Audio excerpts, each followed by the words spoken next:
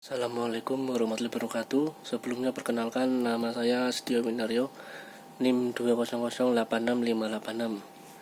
Pada kesempatan kali ini saya akan membuat video yang bertujuan untuk melengkapi tugas akhir semester mata kuliah fisiologi olahraga. Di sini saya akan menjelaskan dua materi yang menurut saya paling saya mengerti. Yang pertama yaitu pengaruh aktivitas fisik terhadap sistem biologis.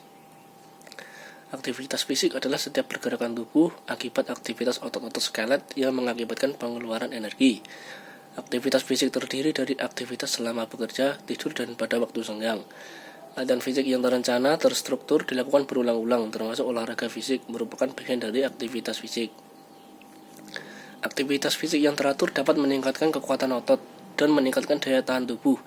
Latihan dan aktivitas fisik memberikan oksigen dan nutrisi ke jaringan dan membantu sistem kardiovaskuler untuk bekerja lebih efisien.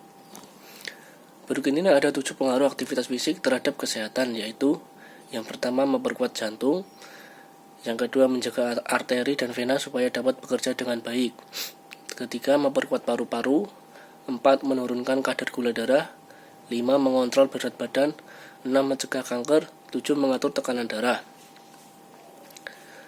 Aktivitas fisik dan dampak yang ditimbulkan. Aktivitas fisik adalah kegiatan menggerakkan anggota tubuh yang membuat otot beserta rangka tubuh kita bergerak dan denyut jantung meningkat sehingga darah dan oksigen dapat disalurkan dengan baik ke seluruh tubuh. Ada tiga tingkatan aktivitas fisik yang dapat dilakukan. 1. Aktivitas ringan, 2. Aktivitas sedang, dan 3. Aktivitas berat. Dampak yang ditimbulkan atas aktivitas fisik. Apabila dilakukan secara berlebihan, maka akan berdampak buruk pada kesehatan. Di antaranya dapat menyebabkan osteoporosis, kesehatan mental, masalah menstruasi, hingga kelelahan. Pengaruh aktivitas fisik terhadap fungsi kognitif. Beberapa hipotesis yang menjelaskan tentang mekanisme yang mendasari hubungan antara aktivitas fisik dan fungsi kognitif masih belum dapat dipahami. Aktivitas fisik dapat mempertahankan aliran darah otak dan mungkin juga meningkatkan persediaan nutrisi otak. Dampak melakukan aktivitas fisik berlebihan. Jika aktivitas yang kita lakukan adalah olahraga, maka pengaruh terhadap kesehatan akan makin baik. Namun sebaliknya, jika aktivitas yang kita lakukan tidak bermanfaat, maka kita akan pingsan karena terlalu kecapean. Faktor-faktor yang mempengaruhi aktivitas fisik. Yang pertama yaitu umur, yang kedua jenis kelamin, yang ketiga pola makan, dan yang keempat penyakit atau kelainan pada tubuh. Materi yang kedua yaitu sumber energi saat olahraga. Manusia dalam melakukan aktivitas atau kegiatan tentunya membutuhkan sumber energi, baik untuk bergerak maupun untuk bekerja. Tubuh manusia terdiri dari struktur tulang, otot, syaraf, dan proses metabolisme. Otot-otot inilah yang berfungsi mengubah energi kimia menjadi energi mekanik, di mana kegiatannya dikontrol oleh sistem syaraf sehingga dapat bekerja secara optimal. Kebutuhan energi saat olahraga dapat dipenuhi melalui sumber-sumber energi yang tersimpan di dalam tubuh, yaitu melalui pembakaran karbohidrat, pembakaran lemak, serta kontribusi sekitar 5% melalui pemecahan protein.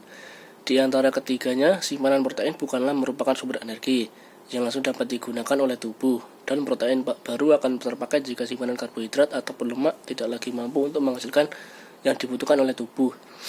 Penggunaan antara lemak ataupun karbohidrat oleh tubuh sebagai sumber energi untuk dapat mendukung kerja otot akan ditentukan oleh dua faktor, yaitu intensitas serta durasi olahraga yang dilakukan.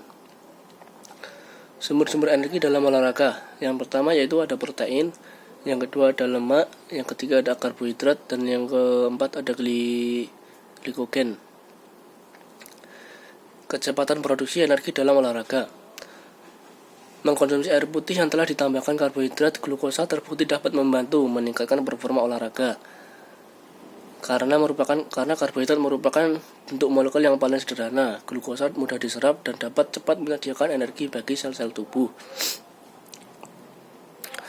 Kesimpulan yang dapat saya berikan yaitu selama berolahraga secara ideal energi harus dapat diperoleh oleh sel-sel otot dengan laju yang sama dengan kebutuhannya. Proses produksi energi di dalam tubuh dapat berjalan melalui dua proses, metabolisme yaitu metabolisme aerobik dan metabolisme anaerobik. Metabolisme energi pembakaran lemak dan karbohidrat dengan kehadiran oksigen yang akan diperoleh melalui proses pernafasan disebut dengan metabolisme aerobik. Sedangkan proses metabolisme energi tanpa kehadiran oksigen disebut dengan metabolisme anaerobik. Walaupun memiliki persentase yang lebih kecil, namun secara total jaringan otot memiliki jumlah glikogen 2 kali lebih besar dibandingkan dengan glikogen hati. Baiklah, mungkin hanya itu yang bisa saya jelaskan. Apabila ada kekurangan dan kesalahan kata, saya mohon maaf. Saya akhiri. Wassalamualaikum warahmatullahi wabarakatuh.